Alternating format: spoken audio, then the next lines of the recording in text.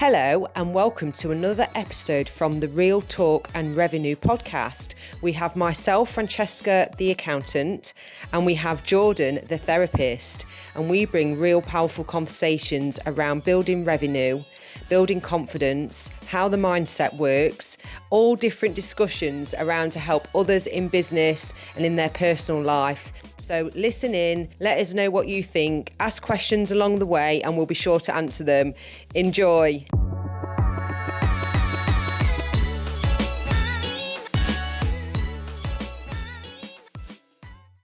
Not long got back from holiday. Can tell, you're very brown. Yeah, I've got my white on. Yeah. Even Steve said this morning, oh bloody hell, you look brown today. Yeah, I'm like, yes, because I'm wearing white. You don't realise when you're away, do you? And then you get back and it's different light and you're like, I actually I'm really brown. Yeah, you look in your own mirror. I know. And you're like, actually, I have caught a tan. Yeah, It's weird, isn't it? And Yeah. also, I think I go slightly browner a day later when I'm home. Yeah. It's like I'm cooking. Priming. Still cooking. Yeah, so holiday, booked it within 4 days. Took us 4 hours to find because they were selling like hotcakes. Really? Which is weird. So we went to pay for one and it went through. Then it took the money, you can see it on Starling, took the money. Yeah. And then it said error on the screen and was like, error, you need to contact customer care or something like that. How annoying. But luckily I put Steve's number in, not my mobile, and then they rang, Jet2 rang and said, oh, really sorry, but your holiday, it wasn't showing sold out and someone had just bought it. What the hell? So the flights were still there, which we were desperate for. We needed to change hotel fast. So she was like, don't rush it. I'm thinking, don't rush it. We're going in 4 days. Where did you go? Went to Lanzarote. Oh, nice. But they had storms.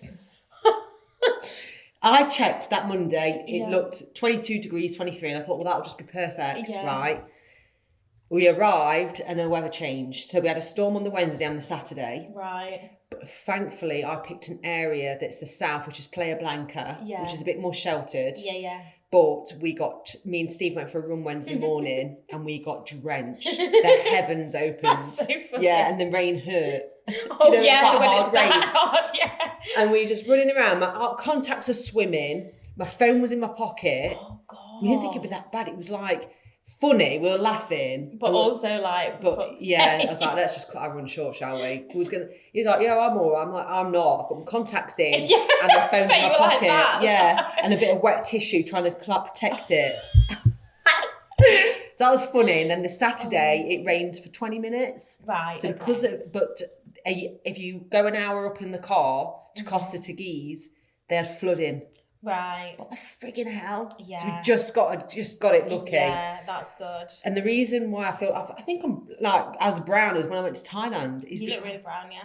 Is because you could just lay in it and you don't realise. Yeah, it's not too hot. It's my perfect holiday in a way. Yeah. But listen to this. So we've got a Hyundai Ioniq 6, 18 months old, fully electric, blah, blah, blah. Yeah.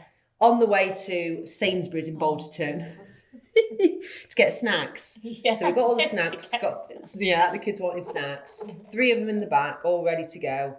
It's only East Midlands, so it was an hour away. We checked it's an hour because of the traffic. Anyway, got our snacks. Off we went out of the car park. A warning light came on. Yeah. Check your vehicle electric system. Oh, God. Then it went into limp mode. Steve said, I can't drive it above 30. Yeah. I said, let's drive it home. That, when we had an electric car. Do you remember? Kia. Did you have a Kia? No, we had a Peugeot. Yeah. And we got, George got stranded, luckily only at the co-op. No? What the hell? What's in? There's nothing in it. What? Did you order hazelnut? Yeah. I might need to get some sweeteners. Ugh. Yeah. Liberty was tired today. I noticed that. She said she was. She was like, I'm so tired. Oh, okay. So she forgot, do you reckon? Yeah, I think so. Liberty. Do a shout out. Mine's fantastic. I'm just loving this. Is it? I've been craving it. Maybe she just gave you the love this morning. Yeah, it's fine. Anyway. You? Oh. Yeah, but it was when we had all those floods. Yeah. And so we weren't a priority, obviously, because... Did I? No, it was George. It was George. And then I had to go and wait for the car because he had work with the car because he had work. And I was like really heavily pregnant at the time. It was just at the co-op. And obviously like his mum came and picked us up. But yeah, like so it was 3 days for them to come and get the car. Like just to recover it from down the road. Oh, they did it straight away. Yeah, it was just circumstance. The fact we weren't priority. But yeah, luckily it was all covered. But that was something to do with the brakes, to be fair. Oh right. Yeah, something had literally like snapped. It was like a really serious like thing that shouldn't have happened. Basically. She was about 4 years old. Yeah, it was. Yeah, I think I remember thinking, God, it's only 4 years old. 3 years old, yeah. And So, then obviously we had to get rid of it because you can't tow with a full electric car. Really? Yeah, maybe you can with some now, but I think most of the of course, because of his trailer. Yeah. So limp mode happened. So I was like, right, Steve, let's go. And you're on the way back from the airport? No, this is going to that on holiday. Oh, right. Yeah. Good, great, yeah. So it was like 10 to 1, we had to be at the airport for 2. Yeah, great. Okay. 2 hours before our flight at 4. Were you like, you do that thing? I was like, what are we going to do, Steve? He didn't say much at all. I bet he was like, well... He just wanted to go home and try and plug it back in. And I said, I've already Googled it. We need to stop driving it immediately. It's like really dangerous. So we need to take it straight to the garage. So he's thinking, let's go home. Let's see if we can plug it in. So I'm going, we need to ring a taxi company now. There's 5 of us, Steve. It's not a... Did the kids go on holiday with you? Yeah, so there's 5 of us. 3 in the back. Yeah. So if there's just 2 of us, it won't matter. Yeah. So I rang my brother-in-law. He was at work, couldn't do anything. I didn't even tell him the reason. I said, where are you, Jay? And he was like, I'm at work. I was like, don't worry about it. I'll speak to you in a bit. Then I tried ringing Claudia. She didn't answer. But by the time she answered me back, I'd already rang Jay, which is her partner. Yeah. Then Steve rang his business partner, Luke, and he couldn't help. There's no car, blah, blah, blah. He was, don't.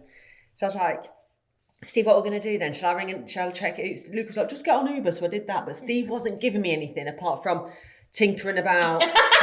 It was ever so odd. He looked cool, calm and collected. He wasn't. I bet he was panicking. Yeah. Yeah, because that's unlike him, isn't he? Usually be like, we'll just do this and that. So he didn't prompt me on anything. Yeah. So I was like, right, Uber. So I searched one, found one for a 6-seater. And it said 15 minutes away. Yeah. So this was at 1:10. Yeah. So I thought, right, okay, 1:30 in my head, 2:30 we'll get there. We've got an hour and a half. Perfect.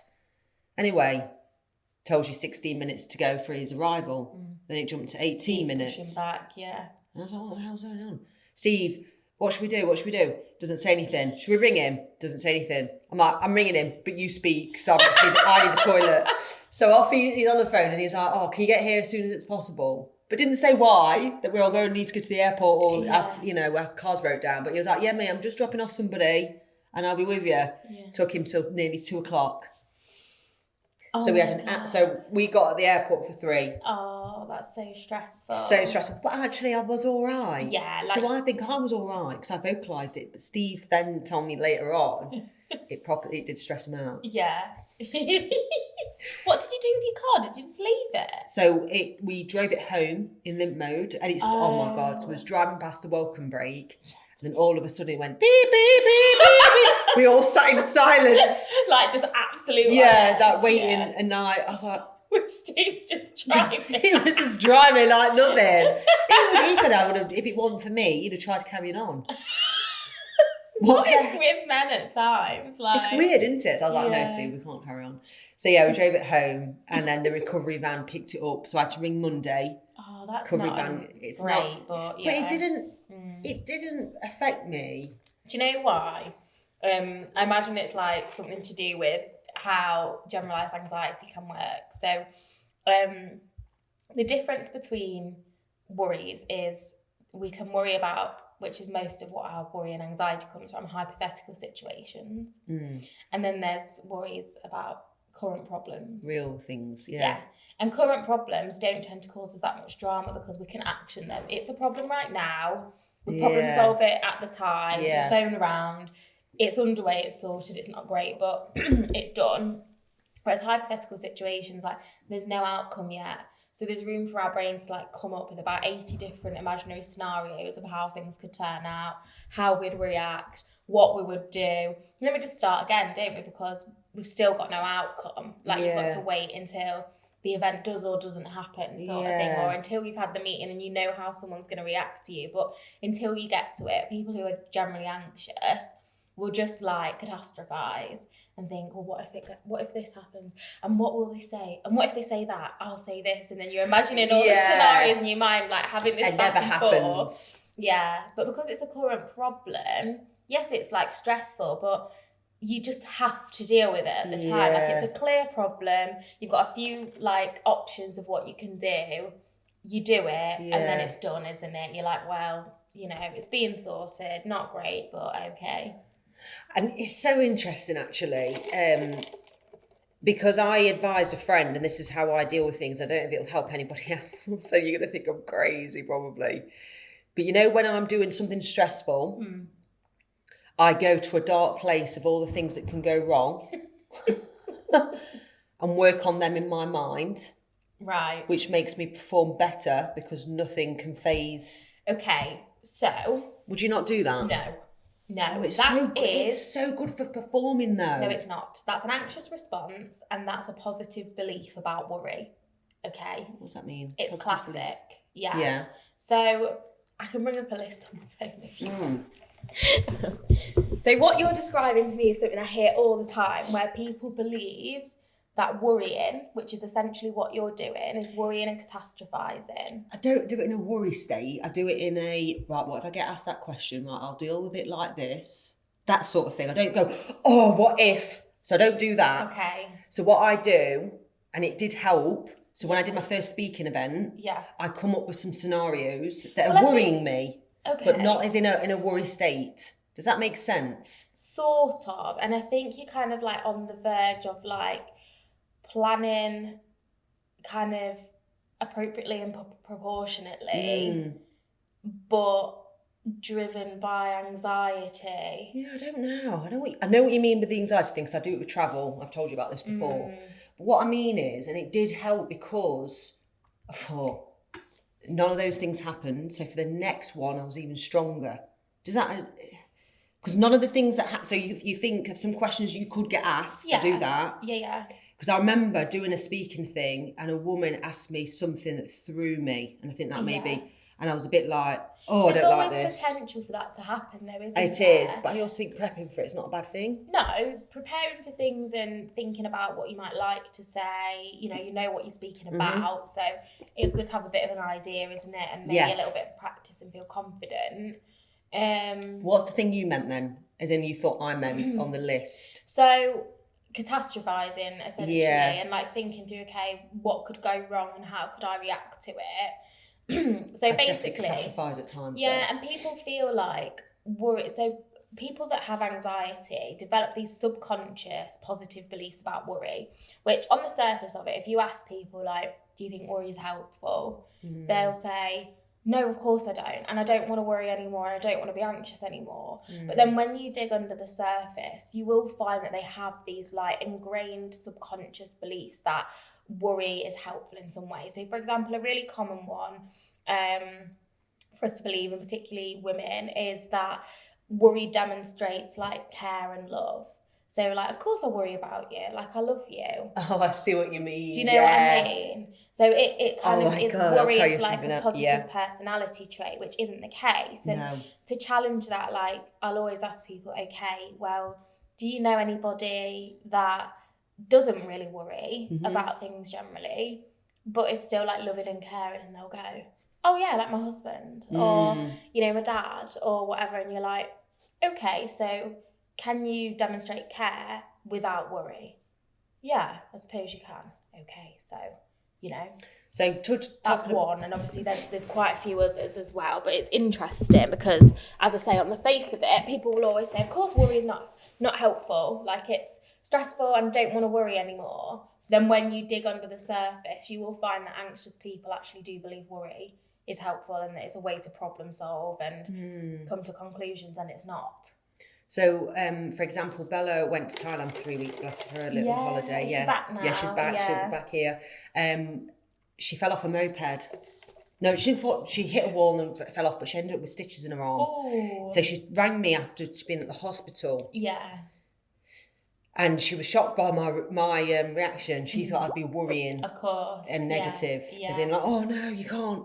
But I wasn't. I was like, that's all right. And actually said, how far away from the house was you? Because her boyfriend's family are Thai, so they live there. Right. And so she was with secure people. Yeah. And so she's like, it took me a minute to walk back. So I laughed. I was like, oh, see? Yeah. I was like, don't let it put you off. I said, these things happen, blah, blah, blah. Yeah. She's like, oh, right. Yeah. Oh, I thought you'd be... Obviously I was, but I don't want to go. So it's interesting how in a lot of ways, with my children, I try not to show too much fear. Yeah. But with speaking events, and if anyone's thinking about doing them, it definitely has helped me doing that. Oh yeah, it builds your confidence and it enables you to get more flexible in your thinking. And yeah, but I do catastrophize stuff as in, I don't know, maybe that is like what you said about the positive side of it. Because a lot of the times if I do that and it comes out good, I'm like buzzing. Yeah. But then you'll attribute your success to that. Well, it went well because I thought of everything beforehand. I worried about it. Yeah.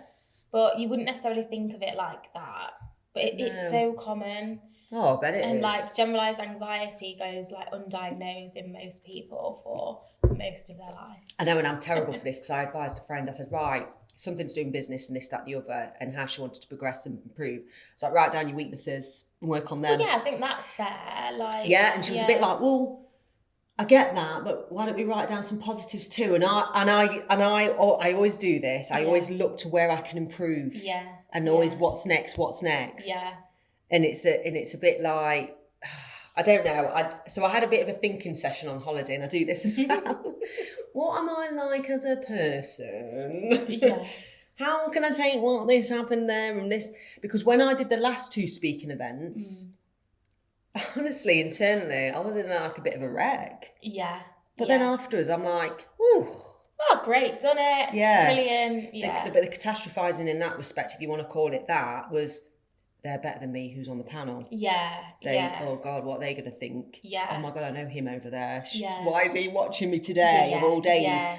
But I got really good feedback. Yeah, exactly. And you've got to go off that rather than like your imposter syndrome and what that's Yeah. Oh, that imposter syndrome. It's horrendous. It is actually like debilitating at times. It is. It will stop people from doing things as well, like a lot of people. Yeah. You know?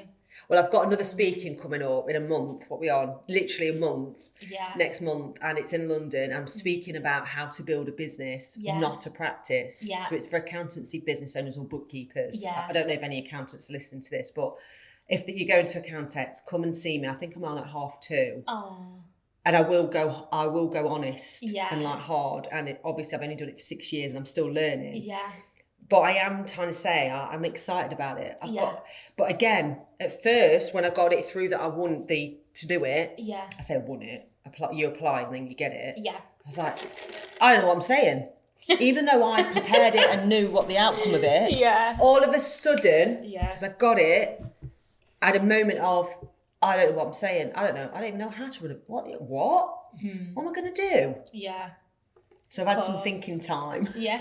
Little thing. Why do we do this? Little overthink. I'm a good overthinker. Analyzer. Same. And actually on holiday. These jeans, honestly. These like, these are nice. They're really stiff. They are. I've had them a while, but they're like really up my arse.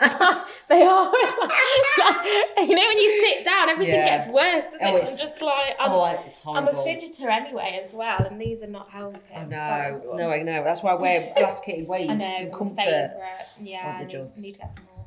I do actually. What was I saying? I don't even know what I'm saying. Sorry. Thinking about a context, the overthinking, being a good overthinker. Yeah, I can't remember. But bettering yourself. So I thought about this on holiday. And then I'll have a moment where I'm like, you're going to think I'm crazy. I don't know if I can say it. Does anyone do this where I have a moment where I'm like, nobody likes me? Yeah, all the time. I don't think I'm good enough. I think I'm better off on my own. Yeah. And I think it's the negative belief system being activated. Like, who am I to do this? Yeah. I'm boring. Everyone hates me. Like, people think I'm a joke. Like, whatever your narrative is will resurface. Like, I get that all the time. I'm like, everyone thinks I'm weird. Like, I'm odd. I'm different. I'm not a normal 31-year-old. Like, it's okay.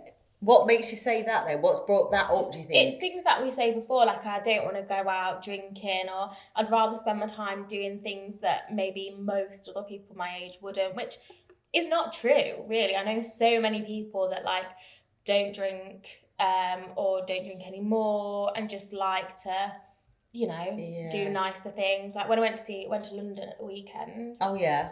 Went to see Roxanne.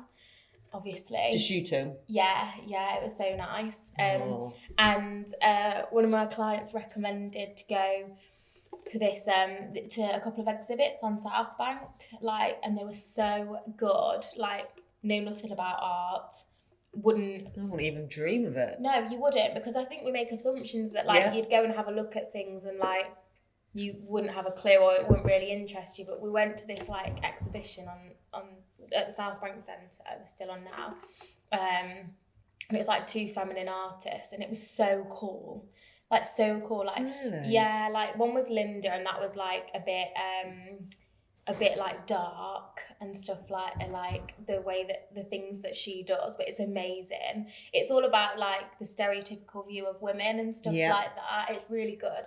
And then the other one was Micheline Thomas, and she's a black woman, and so she kind of like I don't even know if you'd say like paint, but like there's a mix of like painting. They're huge like exhibits with like paints, but like little like rhinestone crystals, and they were just so nice, like really, really nice to look at, and little like explanations of what each one meant. And it was so cool, like, and as somebody that's never done like been to an exhibition or anything, we didn't really know what to expect, but we went off a like recommendation, and it was great, and we found it really fun, and we were like chatting about it all, and it was just something different to do that we would have not ordinarily thought about, and we really liked it. So yeah, I suppose it's that, isn't it? Like, like most of the time being confident and comfortable in who you are and what you like to do. And then sometimes in response to certain things being like, oh, maybe people think I'm boring. So what point are you making with going to London then? Because you did that art, you said, don't know, you brought up London for a reason. Is it because you were trying something different and then you thought, No, I didn't feel bad about that at all, but just giving it as an example as like... how different it is. As like, I think we might... People assume as well, and especially when you become a parent, I find as well, people like, oh, you're child-free, you're going to have a drink. Yeah. And it's like, no, I'm not like... Roxanne didn't either. It's the... No, we just... Like, we literally, we met at King's Cross, went to have a coffee, looked around the gallery, went back to hers, had a cup of tea, then went out for dinner, just had soft drinks at dinner, came back, woke up, had breakfast.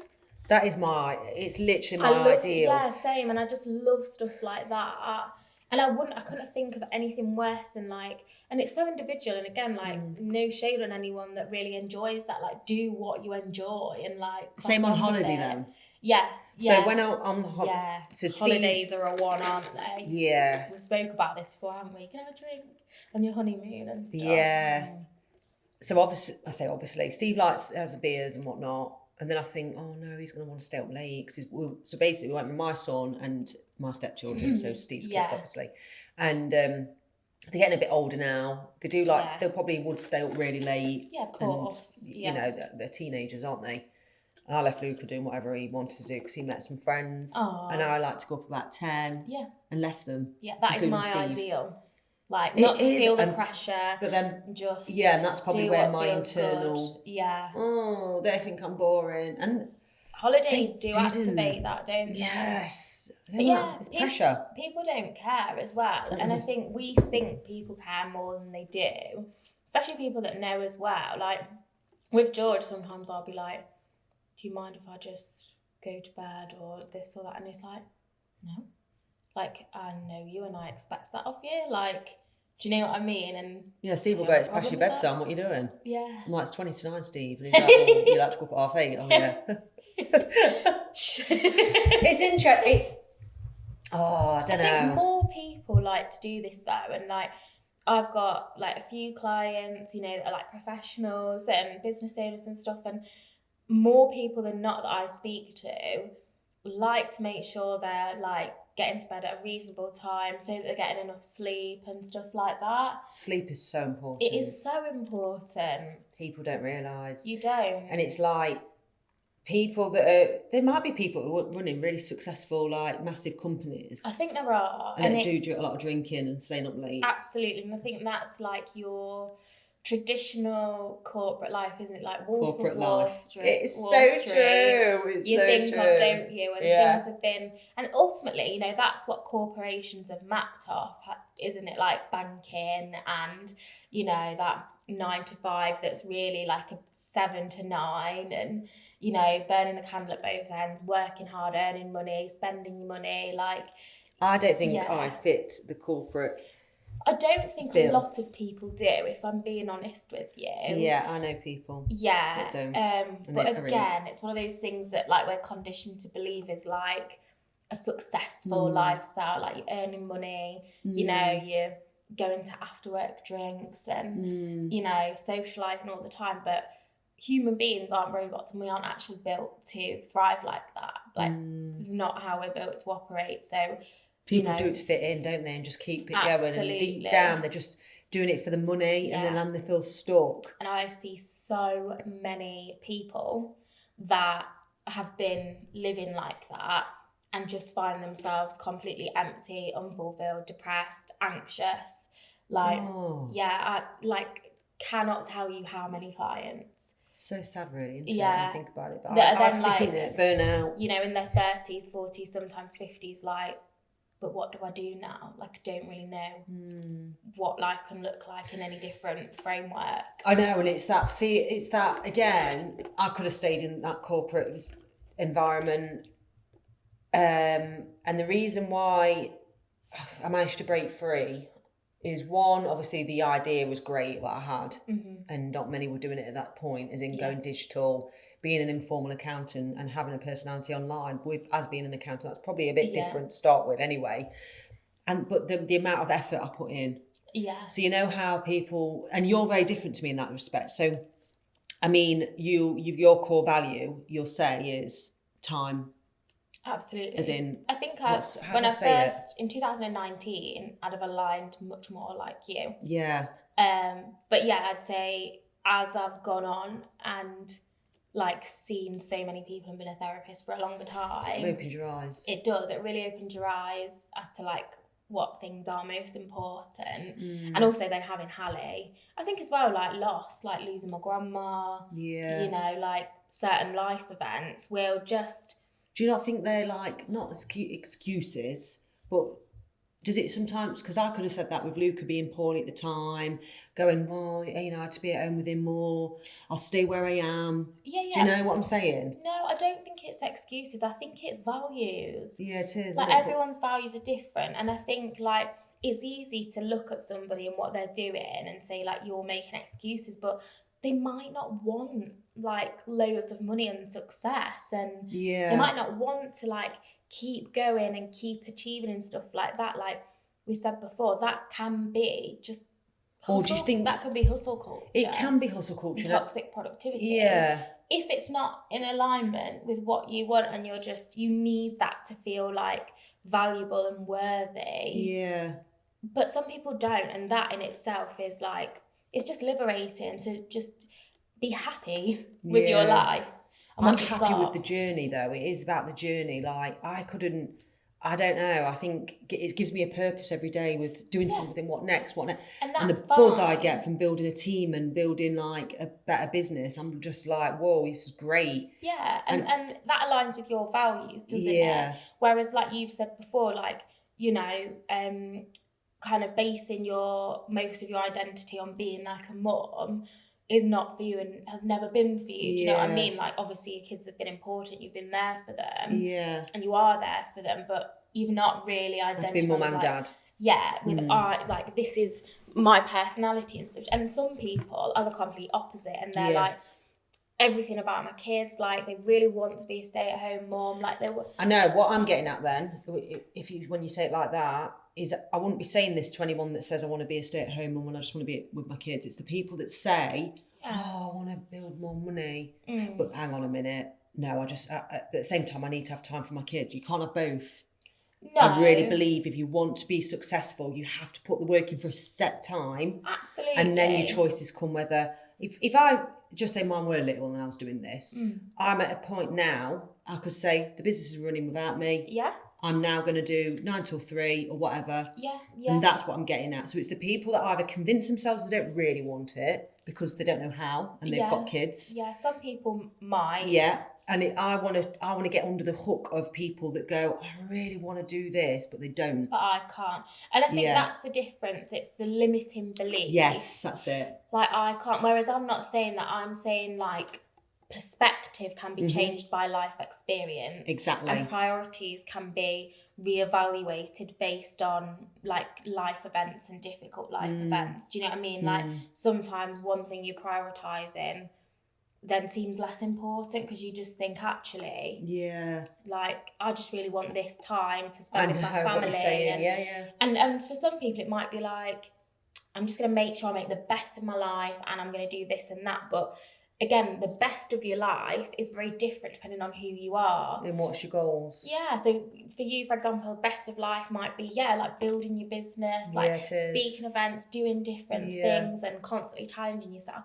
And for someone else, it might be just like living slower, being present more often, like really just enjoying. And that's probably where Steve is. I mean? I do. And that's fine. Like, it's, like you say, it's, I think it's getting clear on what your values are, what you really want from life, if you're being completely honest with yourself and there was, like, no blockers in the way.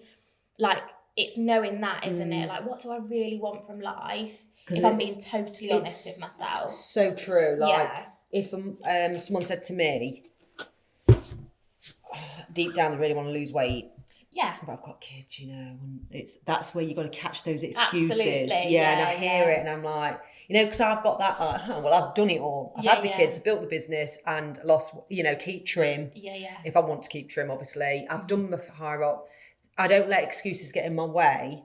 But then obviously that's my value and my thing going on. Yeah, exactly. But I do see a lot where even business owners, I just need more work, but the kids and this, that, and the other, and I'm like, they're excuses. Come on. Yeah, it can be excuses, and I think sometimes as well it can be like competing values. Like we spoke before about, like, mum guilt. Like, some mums probably, like, really want to just push the business, and if they're being honest with themselves, they'd like to be able to work, like, 9 till 5 to really invest in things, but they feel bad or guilty that then they're not giving their kids enough time. Yeah, I wrote a post about that. Do you know what I mean? Yeah, I do. So then you're, like, competing with, perhaps some, like, societal values and expectations. And I think that's where it becomes tricky because, like, societal expectations and values can be interpreted in any way. Like, especially for women, like, society kind of wants us to do everything. Like, it wants us to be, like, engaged, invested, doting mums. They just want you to be but a it mum. But they also want us to be, like, out at work and, like, achieving and doing. You can have it all. So it's like, well, like you're saying, like, can you in that way? Like, maybe not. Can you? But, like, there's variations of what you're saying. So you're saying, like, you've got to invest time in this and that. Yes, you have. Or you can still work towards a goal at a slower pace. And be realistic, like, okay, I really, this is important to me, but so is, being there to pick my kids up from school and drop them off. So I'll accept that actually this goal that if I was going to go at it full throttle might take me, like, 2 years, it's probably looking more like 5, and I'm okay with that. Do you know what I mean? Like, I've got less time to invest, so it might just take me that bit longer, and I'm happy to accept that. Do you know what I mean? Yeah. But still, like, taking intentional action with the time that you've set yourself aside for your business, whilst also, whatever it is. Yeah, no, I get that, what you're saying, but yeah, but you don't get it. It doesn't like, resonate whatever. because No, you're I'm like faster. all or nothing. now. I've got an idea, right? When can I make it happen? But do you see what I mean? That's not the only way to approach things. No, if you want success. Yeah. That's if you want it what it fast, looks like. you're gonna give it your all. Yeah. You're gonna. So if anyone wants coaching by me, it's all or nothing. It'll be. You're coming into. If they said to me, I want to get a load of followers on LinkedIn, I'll be like, right, what are you doing? Oh, I'm only posting 3 days a week. It's not going to cut it. It's not going to cut it, my love. Don't come to Fran unless you want to be told. You want good results. Yeah, all or nothing. I'm going to say, like, fast results, good results. Yeah. It's not a dilly-dally. I'm sorry. I know. I'm like, bloody hell, what are you saying to me? And by the way, it's okay if you want to dilly-dally. No. It is. If you're okay to dilly-dally, but your life will be dilly-dally. You're not gonna get what your dream goals are. Yeah, but you can at a slower pace. Tell me who's done it. Do you know what I mean? So I think it is about as well. This is about attentional bias, okay? Yeah. So because you operate in that way, you are much more likely to follow people that inspire you and that have that approach and take that approach. Yeah. I was the same. Yeah. I have shifted my perspective, and now I follow people who have success. And they've achieved it in different ways. But success is different for everybody. If you want to earn money, good money. Yeah. And that's my. So I follow someone who's a business coach. It's not that who's that? Francesca Jane? She's the podcaster. Who you follow and has been hanging out with? Well, I went to an event with. Yeah. That's what I was thinking. Who's this? I know. That's nice. I know. Yeah, it's really cool. But I follow someone called Jen Carrington, and she does like business coaching and has done it for like 10 years. And I think I've mentioned this before. So she's built a business that sustains her and her family. And she's really honest about her income. I think she said, her average income is like 80 to 100,000 pounds a year or something like that, which obviously is like, it's great. It's a really, healthy income. Oh, really healthy, yeah. But she's got a chronic illness. So she's got like a neurological disorder that means she's like constantly dizzy and stuff like that. Like it's a neurological problem. So basically she's built a business that can flex with her symptoms depending on what's going on. So her business model and what she teaches is built on, it's called Your Simple and Spacious Business. Yeah. So she teaches how to reach your goals at a slower pace or a pace that works for you, depending on what you can work with. Yeah, it's your goals. Like I've wanted to build a team and help develop a team. Yeah. I can't do that on, I don't know, doing it bit and bob here and there. And doing it at a slower pace, but that's okay. Something might happen to me that I come on here and go, oh God, Jordan, you know what? Yeah, that's it. I'm stepping away because of this, but it's different because I always think, oh my God, time's running out. Yeah, but that's what I mean. So like that will generate adrenaline and a sense of urgency in you. I get all excited. If I see a business, like yesterday I met a business in Birmingham, they're amazing. And you get good energy and they've got goals and they're doing this and that, the other. And I'm like, oh, hang on, yes, this is it. And that's what ticks my boxes. Yeah. And get excited, get inspired. But I also know there's a lot of people that are inspired by people that build businesses and this, that, the other, but they will not know what to do or how to do it. Yeah, and also society will say, you've got to be at home with your kids more and slow down your pet. Why should the dads do it? Why should the men go and fulfill the big businesses and build? So I think that's my angle. I always I don't follow the norm. And that's I'm not going to be the norm. And yeah, absolutely. But I think you can not be the norm in many ways. And sometimes not being the norm is also allowing yourself to not buy into hustle culture as well and know that you can do things differently.